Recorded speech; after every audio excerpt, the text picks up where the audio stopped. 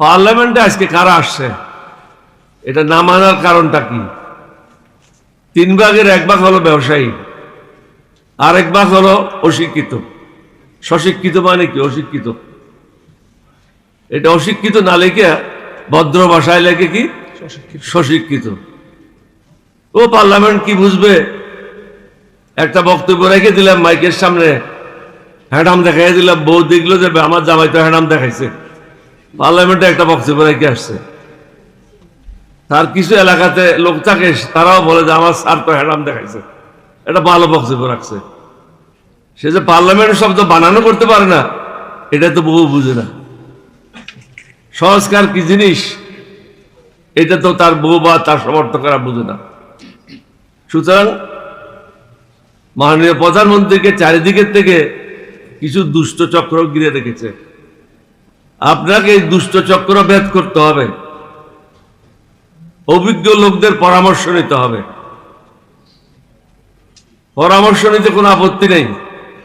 আমি এখানে একটা উদাহরণ দিতে চাই। প্রেসিডেন্ট জিয়া যখন রাষ্ট্রপতির দায়িত্ব নিল, সর্বপ্রথম আমি একজন লোককে অ্যাপয়েন্টমেন্ট দিলাম, ইস্পাহানি সাহেব।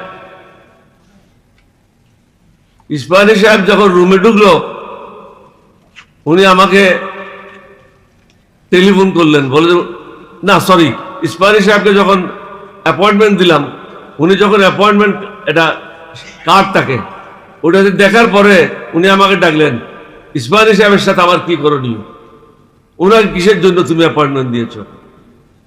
আমি যেটা হয়তো আপনাকে আমি আগে বলা উচিত ছিল, আপনি কি ব্যবসা বুঝেন?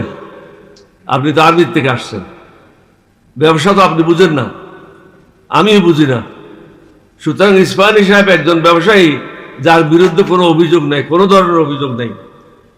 তার জীবনের সমস্ত রুজি রোজগার যা কিছু পুঁজি আছে সবকিছু তৎকালীন বাংলাদেশে, সরি পূর্ব পাকিস্তানে করেছে, বর্তমান বাংলাদেশেই করেছে, অন্য জায়গায় সে কোনো পুঁজি করে নাই। তার বাড়ি হলো ইরানেই। সুতরাং তার কাছ থেকে সঠিক তথ্যগুলি পাবেন, কিভাবে ব্যবসা করতে হয়, কিভাবে ব্যবসায়ীরা ফাঁকি দেয়, ট্যাক্স কিভাবে ফাঁকি দেয়, সরকারের কি করণীয়, ব্যবসায়ীদেরকে আরো উৎসাহিত করার জন্য কি করণীয়। আপনি শুধু শুনতে থাকবেন, মাঝে মাঝে প্রশ্ন করবেন। উনি আমাকে বললেন যে এটা আগে বলো নাই কেন? আমি যে আগে বলি নাই, আসলে তাড়াহুড়োর মধ্যে ছিলাম, যার কারণে এটা বলতে পারি নাই। তাই মাননীয় প্রধানমন্ত্রীকে অনুরোধ করব, আপনার চারিপাশে যারা আছে সরকার পরিচালনায় তারা অভিজ্ঞ নয়, সুতরাং আপনাকে বিপদগামী করছে। রেজাল্ট কি হবে? আমরা যারা 11 দলীয় ঐক্য জোটে আছি, আমরা সিদ্ধান্ত নিয়েছি এখানে আমরা ক্ষান্ত হব না। এটা হলো আমাদের প্রাথমিক স্টেজ। এরপরের স্টেজ হবে বিভিন্ন বিভাগে বিভাগে জনসভা, এরপরে হবে জেলায় জেলায় জনসভা, এরপরে হবে পুরা বাংলাদেশে জুলাই অভ্যুত্থানের মতো একটা অভ্যুত্থান। এটা কি আপনি সামাল দিতে পারবেন? আপনি নিশ্চয়ই মাঝে মাঝে ভিডিও দেখেন, আপনার লোকেরা যখন নয়াপল্টনে কড়া বক্তব্য রাখছিল, পুলিশ আসুক গুলি করুক দেখি কিভাবে করে, আমি প্রথমে বুক দিয়ে দাঁড়ায় থাকবো। ঠস করে যখন একটা গুলির আওয়াজ হলো, সে সকলের আগে দৌড়ে চলে গেল। এটা ভিডিওতে আছে, আমি এটা বলতে চাচ্ছি না, বাকি জিনিসটা বাকি অর্ধেকটা বলতে চাচ্ছি না, জানি। এ হলো তাদের অবস্থা। আমরা যখন বিএনপিতে ছিলাম এটা ছিল না, আমরা বুক পেতে কাজ করেছি। আপনাদের অবগতির জন্য জানাইতে চাই, এরশাদের বিরুদ্ধে সর্বশেষ পতনের মিছিলটা আমার নেতৃত্বে হয়েছিল। আমার সাথে ছিল আমানুল্লাহ আর খায়রুল কবির খোকন আর ছাত্র দল যুব দলের নেতারা। আমরা শুরু করেছিলাম গুলিস্তান থেকে, আমাদের লক্ষ্য ছিল মৌচাক পর্যন্ত যাওয়া। নেতারা ফটো উঠানো শেষ, পাশে তাদের গাড়ি দাঁড়ায় থাকে, গাড়িতে করে তারা চলে যায়, মোটরসাইকেল থাকে। শেষ পর্যন্ত আমার মৌচাক পর্যন্ত ছিল ব্যারিস্টার রফিক, আর কেউ ছিল না। মৌচাকের পরে উনিও ছিলেন না, মৌচাকের পরে উনিও চলে গেলেন। আমি যখন পুলিশের পোস্টে উঠে দেখলাম 20,000-এর উপরে লোক আছে, তখন আমি চিন্তা করলাম আজকেই 144 দ্বারা ভঙ্গ করব। নাও আর নেভার, হয়তো আজকে না হলে কখনো না। আমি আগে থাকলাম, আমানুল্লাহ আমানকে বললাম যে আমার পিছনে থাকো, খায়রুল কবির খোকনকে বললাম পিছনে থাকো, নেতারা গুলি আমার উপরে আসবে। এটা ভঙ্গ করে আমরা মেইন রোডে জোহরা মার্কেট পর্যন্ত গেলাম। যাওয়ার পথে অনেক বাধা বিঘ্ন হলো, আর্মিরা বন্দুক উঁচা করলো, তাদেরকে আমরা বললাম তোমরা বন্দুক নিচে করো, তোমাদের সাথে আমাদের কোনো ঝগড়া নাই। আমরা যে ঝগড়াগুলি করতেছি এগুলি তোমাদের জন্যই করতেছি, তোমাদের পরিবারের জন্যই করতেছি।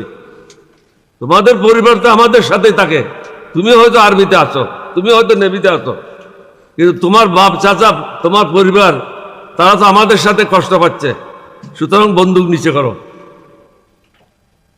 ওখান থেকে যখন ফিরে যাব তখন চিন্তা করলাম না আমার নিজের বাসায় যাওয়াটা ঠিক হবে না, গ্রেফতার করতে পারে।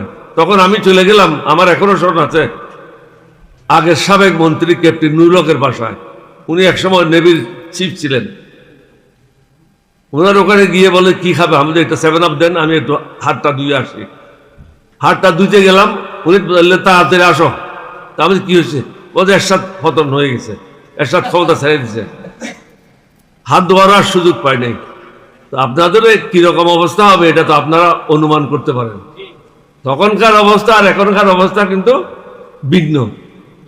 এখন আমাদের ছেলেরা কিভাবে জান দিতে হয়, কিভাবে শহীদ হইতে হয় সেটা শিখে গেছে।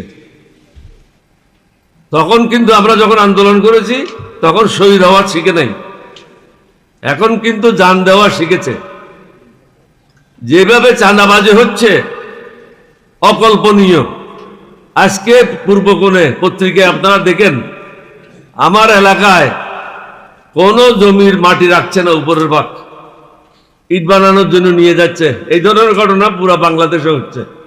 ফলে কি হবে, আপনার কৃষির উৎপাদন হ্রাস পাবে, গর্ত বাইরে যাবে, পানি জমা হবে, ফসল নষ্ট হবে। ইট বানানোর জন্য কত ক্ষতি হচ্ছে দেশের। অথচ ওখানে জনপ্রতিনিধিরা বলছে যে বা যারা করে তাদের ঠিকানা হবে পুলিশের কাছে। পুলিশের কাছে তো হচ্ছে না। তত্ত্বাবধায়ক সরকারের সময় ড্রাগ কিছু কমেছিল, ইয়াবা ট্যাবলেট, বাবা, ওটা আমাদের ওখানে বলে বাবা, ইয়াবা ট্যাবলেট। এখন ইয়াবা ট্যাবলেট জনপ্রতিনিধিরাই করছে, কারণ সোজা পয়সা কামানোর জন্য এর থেকে আর ভালো কোনো ব্যবস্থা নাই। রাতারাতি কোটি কোটি টাকা রোজগার করা। আপনারা হয়তো স্মরণ আছে, ওবায়দুল কাদের প্রতি মাসে একবার দুইবার করে কক্সবাজার যাইত। আপনারা মনে করতেছেন, তখন মনে করেছেন মন্ত্রী কতই না পরিশ্রমী, বারবার কক্সবাজার যায়। বেড়া বারবার কক্সবাজার যাও কেন, রাজশাহী যাও না কেন, দিনাজপুর যাও না কেন? কক্সবাজার যাইতো বৌদির কাছ থেকে বস্তা ভরে ইয়াবা ট্যাবলেট গুলো আনার জন্য। এখন কিন্তু এটা পুনরায় শুরু হয়ে গেছে। আমাদেরকে বাধ্য করছে সরকার তাদের বিরুদ্ধে আন্দোলন করার জন্য। এই আন্দোলন কিন্তু শেষ পর্যন্ত যাবে, সরকার পতন না হওয়া পর্যন্ত। হয়তো সরকার এই সংস্কার, আমরা যেটা বলছি তারা যেটা বলেছিল, এটার মধ্যে কোনো ভিন্নতা নাই। এই সংস্কারগুলি করতে হবে, এই পার্লামেন্টের এই অধিবেশনে করতে হবে। দরকার হলে পার্লামেন্ট 3 দিন এক্সটেন্ড করেন, 4 দিন এক্সটেন্ড করেন। এটা তো কোনো রামায়ণের মহাভারত শুদ্ধ হবে না। 7 দিন এক্সটেন্ড করে এটা শেষ করেন।